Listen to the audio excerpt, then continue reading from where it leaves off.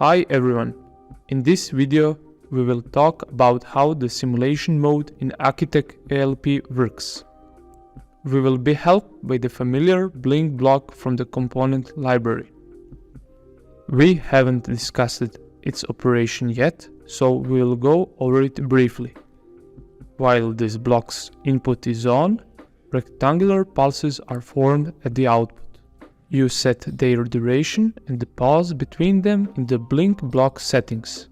As soon as the input is turned off, the output will also be off. Remember, Blink always starts with a pause. Let's see how this will look in simulation mode. Let's create a simple program where the input is connected to the output. To enter simulation mode, press the icon on the toolbar and then start this mode using the Start button. Now, pressing the input, the PR will turn on and remain on. The output will also turn on. To turn off this input, I press it again with the left mouse button, and the output turns off.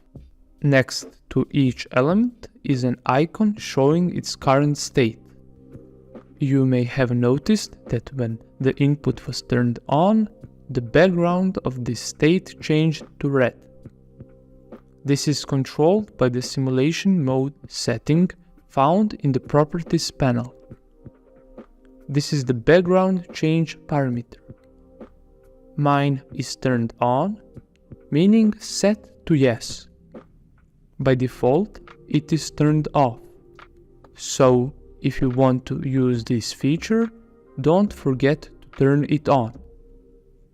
You can also set the background color right here. Now let's add the Blink block. Connect it to first discrete input. We will transmit the block's results to the first PR output. In the block settings, we will specify the duration of the on state as 2 seconds. And the pause duration as 2 seconds as well. Start simulation mode. Turn on our program. Now, when we turn on the first discrete input, the Blink block will start its operation. And as I said, it starts with a pause.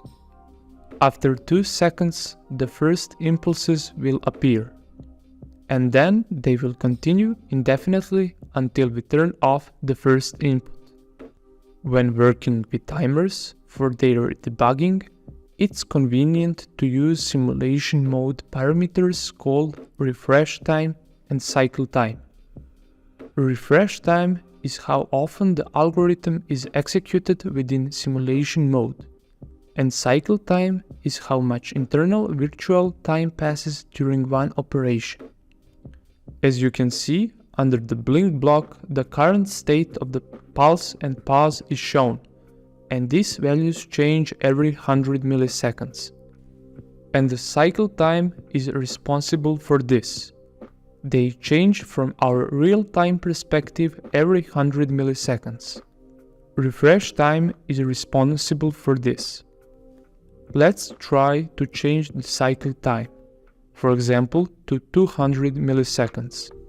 Notice how the pace at which the state changes has also changed. But now the pulses have become twice as fast. Because for 100 milliseconds of real time, 200 milliseconds of virtual internal time of simulation mode have passed. In this way, you can speed up or slow down the process within your program debugging. Speed up if cycle time is greater than refresh time. Slow down if cycle time is less than refresh time. For example, in my case, it's 50 milliseconds. Now, the pulses go twice as rare as it was in real time. Let's stop simulation mode and add another element. Let's take the interval timer called clock.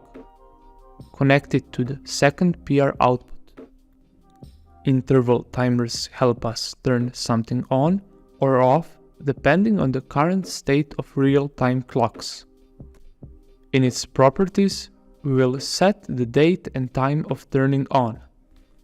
Let it be the 18th of March, 4 p.m., and the date and time of turning off, the 18th of March, 5 p.m. Start simulation mode, turn on the program, and now in the Tools panel, we have added another parameter. This is the current date and time of the simulation mode. Right now, in virtual time, we have the current real-time clock value. Accordingly, the output of the block is off. Let's change the current time, for example, to 4:33 p.m., the 18th of March. We change it using the keyboard and press Enter. As you can see, the block output turned on, and the clock output also turned on. Now we can either wait half an hour until the time itself reaches 5 p.m. or again speed up this process a little bit and set a time close to 5 o'clock in the evening. Well, for example, 4:59 p.m. and 56 seconds. Press Enter and wait for 3 seconds. The output of the block turns off. Using this tool, you can debug those parts of your program related to real time. As you can see, working with the simulation mode in Akitech ALP is as simple and convenient as possible. For clarity, there is a highlight at the moment of parameter changes.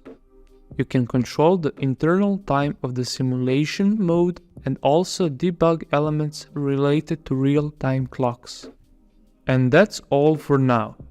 Don't forget to leave comments under our videos and subscribe to our channel. Bye everyone.